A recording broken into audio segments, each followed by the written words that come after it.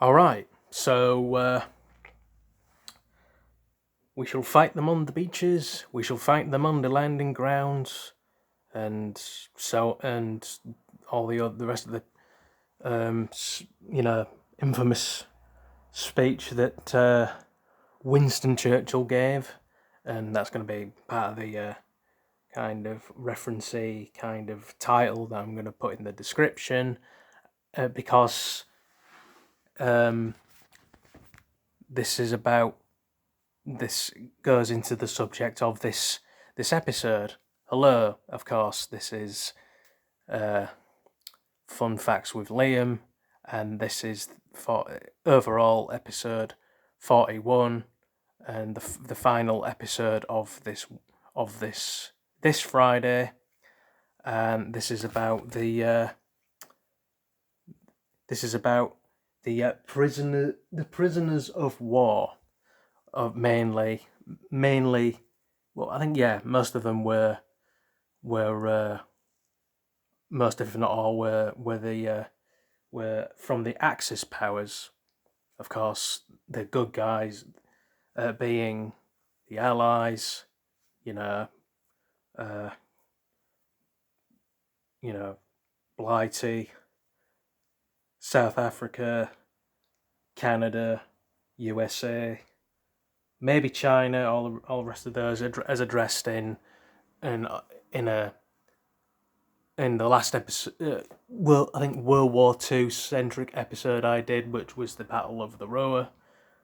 Well, the 1943 one. There was a 1945. I'll include that in the sources too, if you wanna, if you lot wanna check that out. Seeing as I've already brought it up in the episode already, but um, according to sources I found, there were as many as at least 25,000 German and Italian prisoners of war in Blighty. I like using the word Blighty. It's a good word. And little mini fact insert into this one.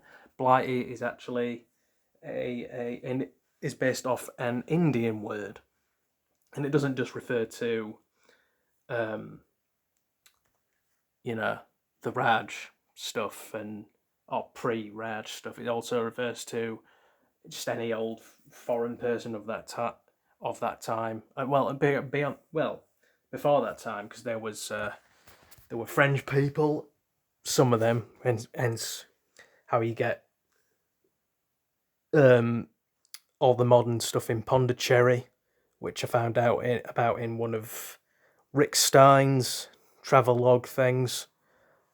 Um, Actually, I'm not really bothered for India as a whole, but I'd probably visit there. And Goa as well, which is what I was going to talk about with the Portuguese trades, Afro-Portuguese trade stuff. Um, but all right, getting back onto the actual subject of the episode, yeah. Um,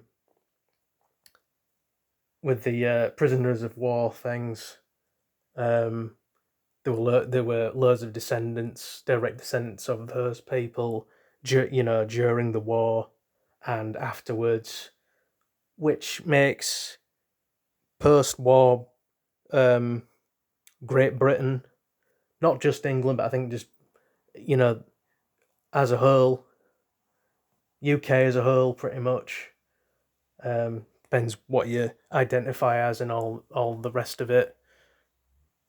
Um, it's like me. You know, sometimes I identify as an English person.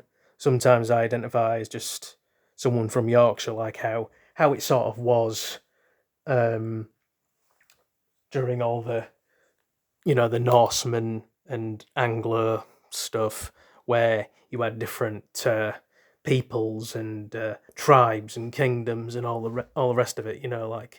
Um, you had Alfred of Wessex and Aelle of Northumbria and all them. Um, it's sort of like that. I like to think.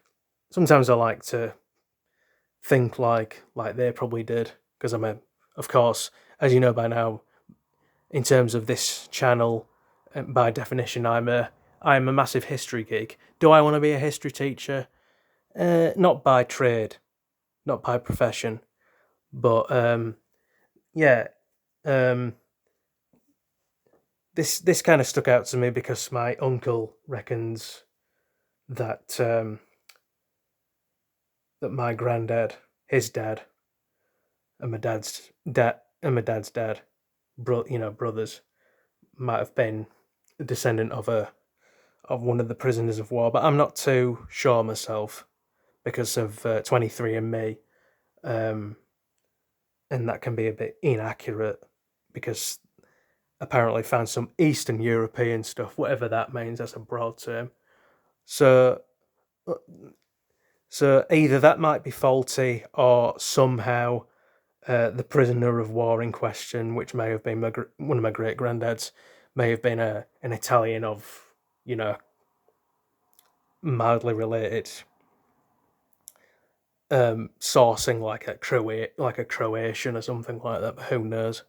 But and then there's the whole GI stuff, which and the other allied stuff, which actually I'll also put a link in there for my an episode I did about um the war babies thing. Um, so yeah, um, people being potentially a mixed bag. I mean, technically, a lot of people are majority people, but it was an interesting time, World War Two, and you know, in a bittersweet way, loads of people died, lost their lives, but also there was a lot of